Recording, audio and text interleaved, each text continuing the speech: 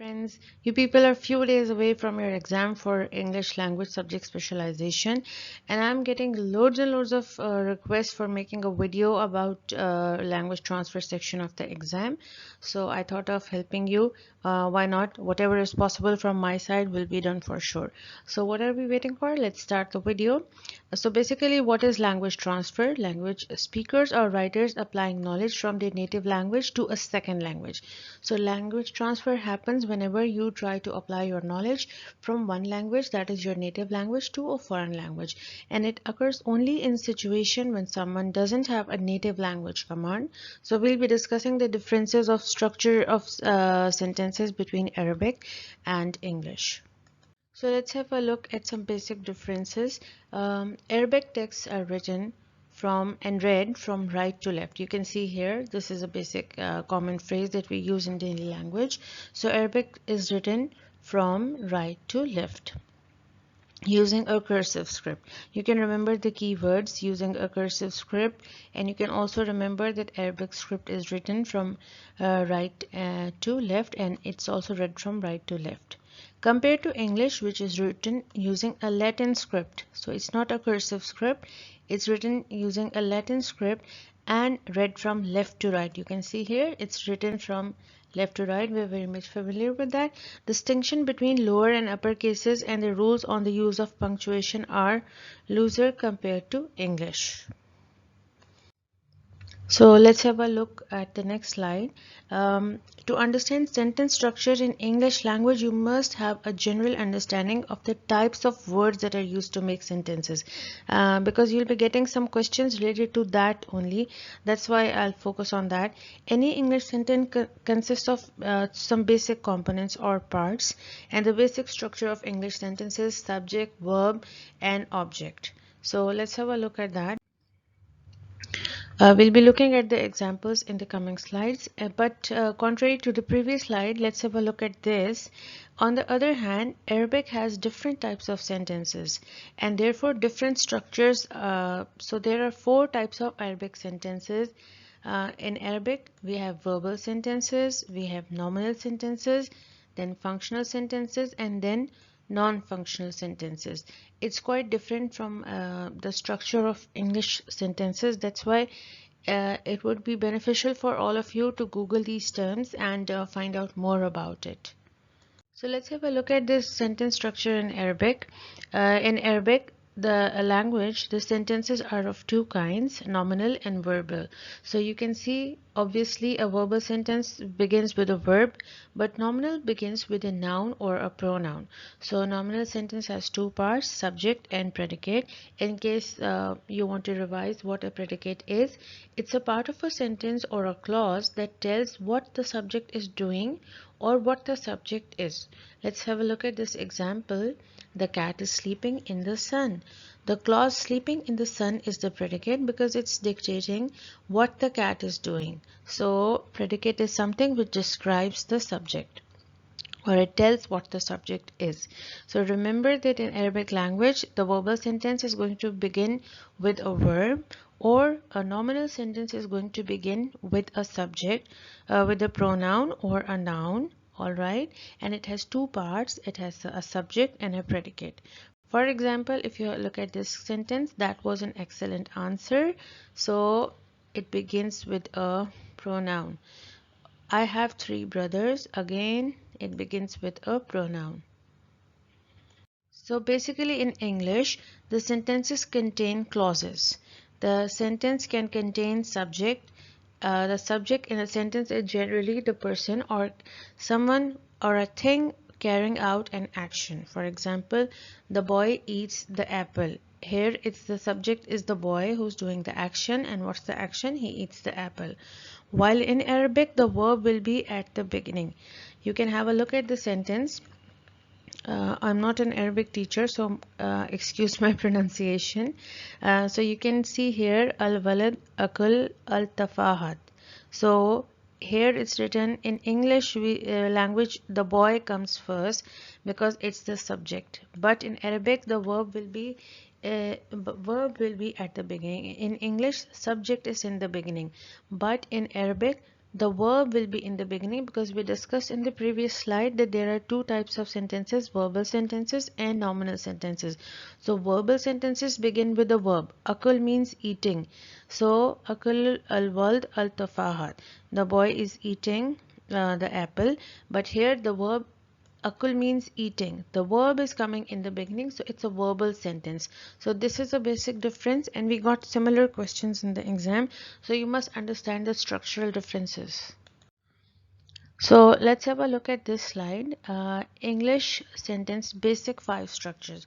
It's very easy. We are extremely familiar with this type of sentence structure, that is subject and verb. For example, the boy plays. Here is the subject in the beginning, and then there is a verb, that is plays. So it's a very common sentence structure. We're extremely familiar with it.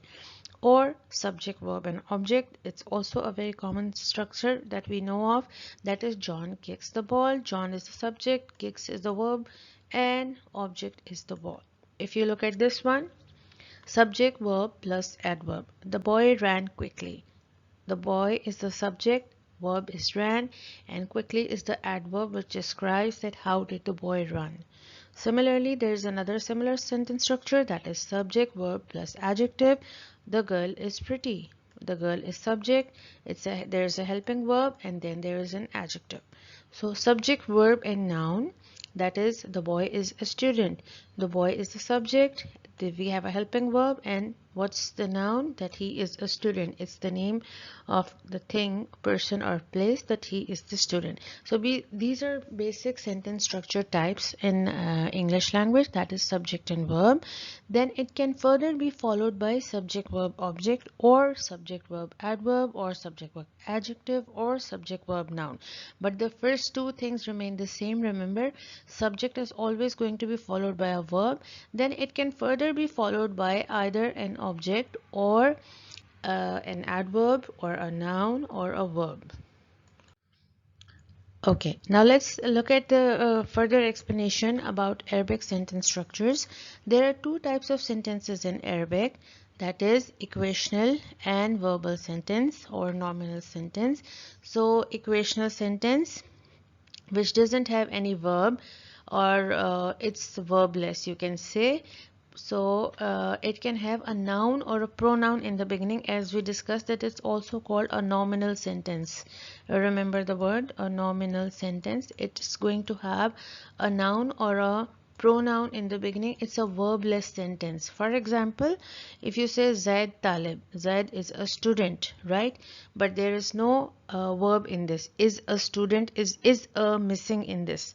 It's only Zaid. Zaid is a noun. Talib means that he is a student. It's a verbless. There is no helping verb here, there is no main verb here, so you can see the difference. Similarly, the verbal sentence begins with a verb, jumlat faliyat. For example, akul Muhammad, Muhammad is eating. That means there is a verb plus the noun Muhammad, but there is no that is, there is no helping verb or main verb. So this is, you should remember the basic difference, that there are no helping verbs here. These are the verbless sentences. So let's see elements of the equational sentences, also verbless sentences. So the first component, it acts like the sentence subject and technically referred to as the topic. Okay, so the first component acts like the sentence subject. It's the first thing will be the subject and or the main topic of the sentence, right? For example, al-jaw jamil. Excuse my Arabic knowledge, I don't know what this word means, but something is beautiful. Jamil means beautiful. So this is the subject and this is beautiful, but there is no helping verb here or the main verb here. But in English we say somebody is beautiful, so somebody is the subject and is will be there as a helping verb, and then the quality beautiful, the adjective. Similarly, it's definite and uh, could be a noun or a pronoun phrase or a noun clause. For example, al-ilm nur, or I don't even know the meanings, I'm really sorry, but you can just see here excuse me, you can just see here that and it's definite and could be a noun or a pronoun phrase. So this is a noun phrase because there is a noun here, and this is a pronoun phrase. Huwa means that, I guess. So both can be either a noun phrase or a pronoun phrase, but they are going to be verbless. Second component, it acts like a sentence predicate and technically referred to as the comment. For example, al-walad tawil, right? So it means the predicate is the one which describes the subject. So here the subject is al-walad. I think it means the child is I guess long-heighted or something. Tawil means long. So that means this is the quality which describes the noun. So it's the predicate which describes the subject.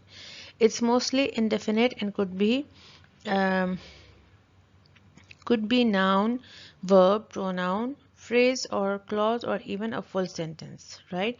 For example, Amal al-Talibat, Amal is a student, it's a noun phrase. Or Al-Mumin Yajhamullah, I have no clue that what the meaning is, but you can see here that the helping verbs are missing here. These are all verbless sentences. I'm sorry, I tried my best to help you out. I hope you can do your further research on your own. So basically, we are mainly concerned with the first two types of the sentences, that is, which are the main ones which are very frequently used in Arabic language. So the structure of Arabic verbal sentences: verb plus subject plus object.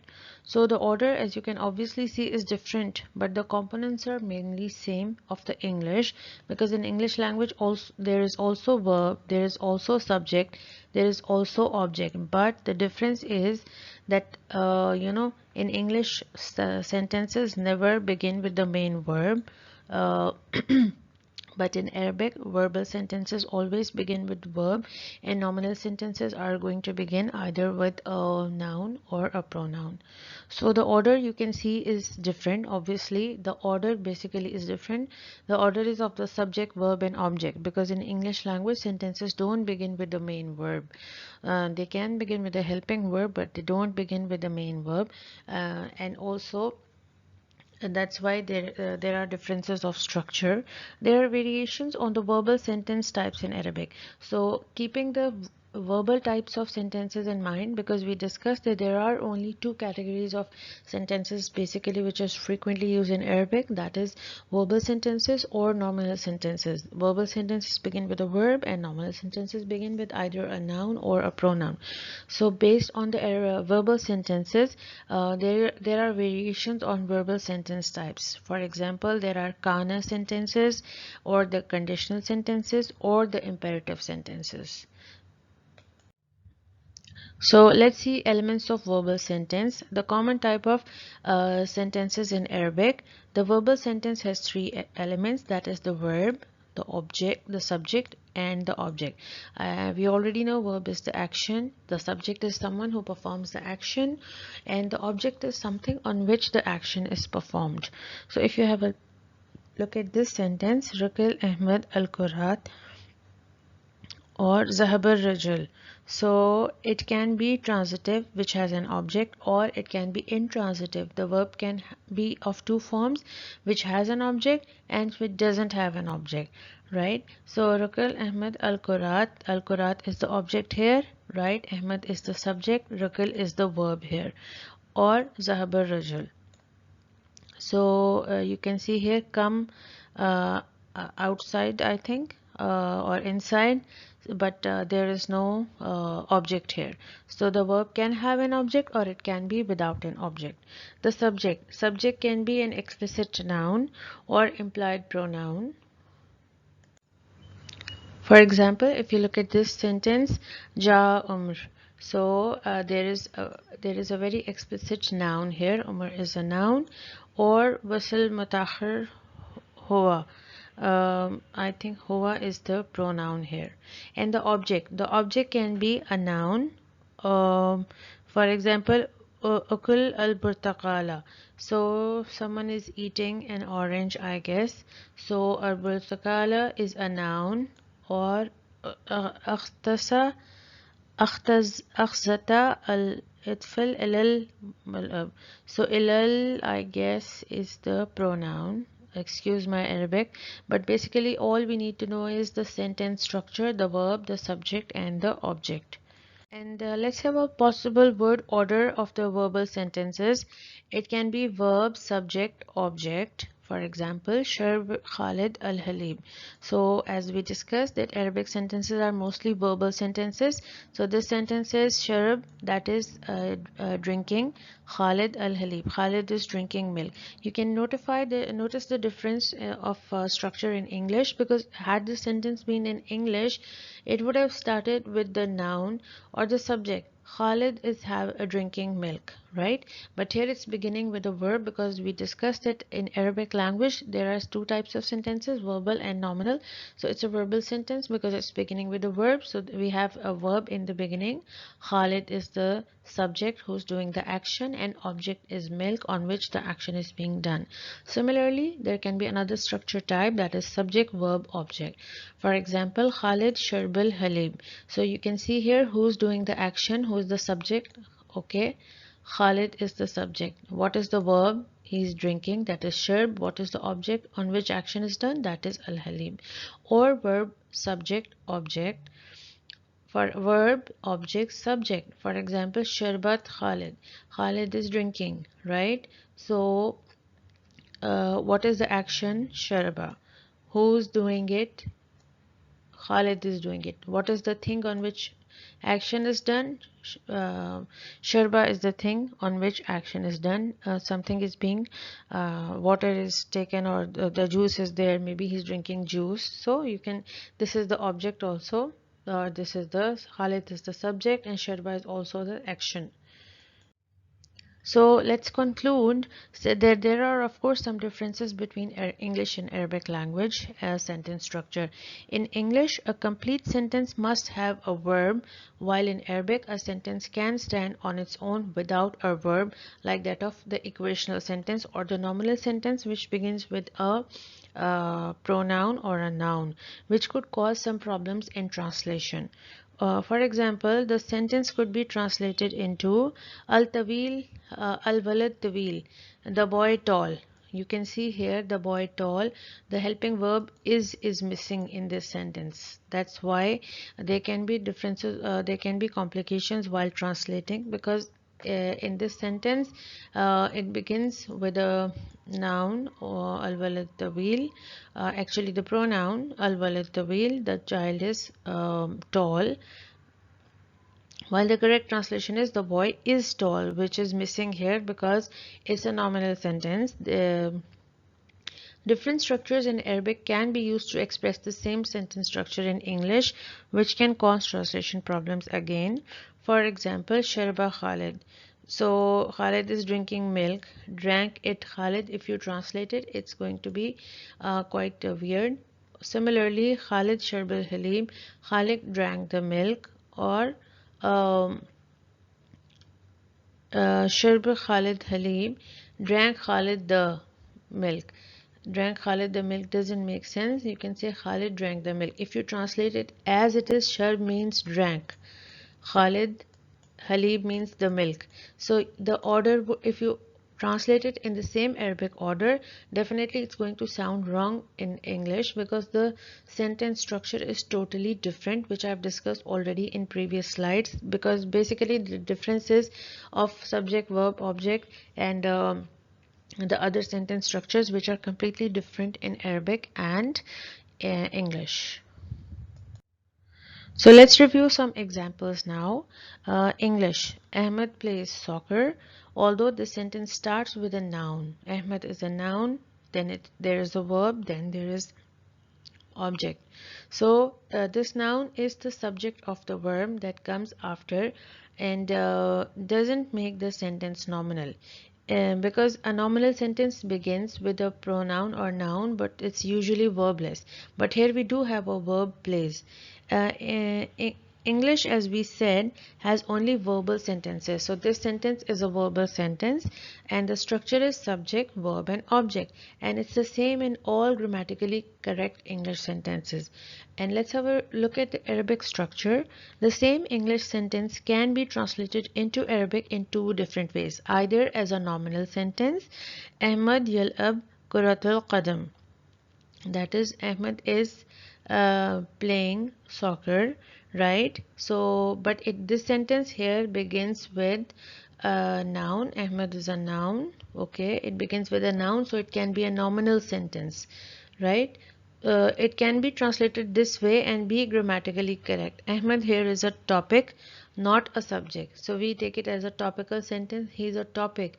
And as a verbal sentence, we'll say yal'ab Ahmed kuratul qadam, that he is playing. Yal'ab is a verb, so we change the order of the verb and the subject, making the structure verb subject object. So there are slight differences of structure that we should really memorize.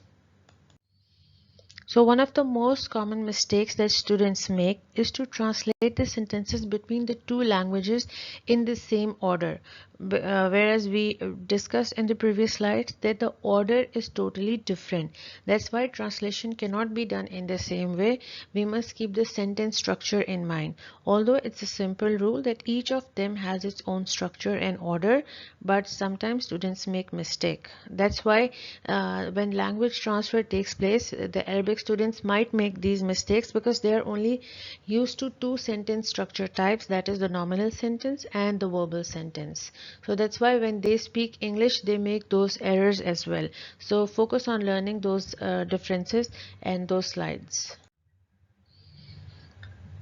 So some students translate the previous Arabic sentence in this way: studies hand history, whereas it should be hand studies history. So this is a huge mistake because it's completely wrong to duplicate the Arabic sentence structure, because Arabic sentence structure is verb, subject and object. So studies is the verb, hand is the subject, history is the object. But we don't do follow the same structure in English, because in English we follow subject, verb and object. So this is a huge mistake because it's wrong to duplicate the sentence structure, and we do not translate words only. We have to pay attention to the set of the rules of grammar in order of each language, so the correct translation is done, so the correct sentence structure is being followed. So hen studies history. Hen is the subject, studies is the verb and history is the object. So that's why these are the language differences which can take place while the language transfer happens. That was all from my side. I tried my best to help you in the best possible manner, but don't rely on this only. Try to search more, try to Google more facts about the differences of language between Arabic and English, and hopefully whatever I have discussed is going to help you a lot, because this section has hardly 10 questions in the exam. So try to memorize a lot, try to practice things related to sentence structure that I've mentioned in this video, and I've put in a lot of effort. I've been working on this video since morning.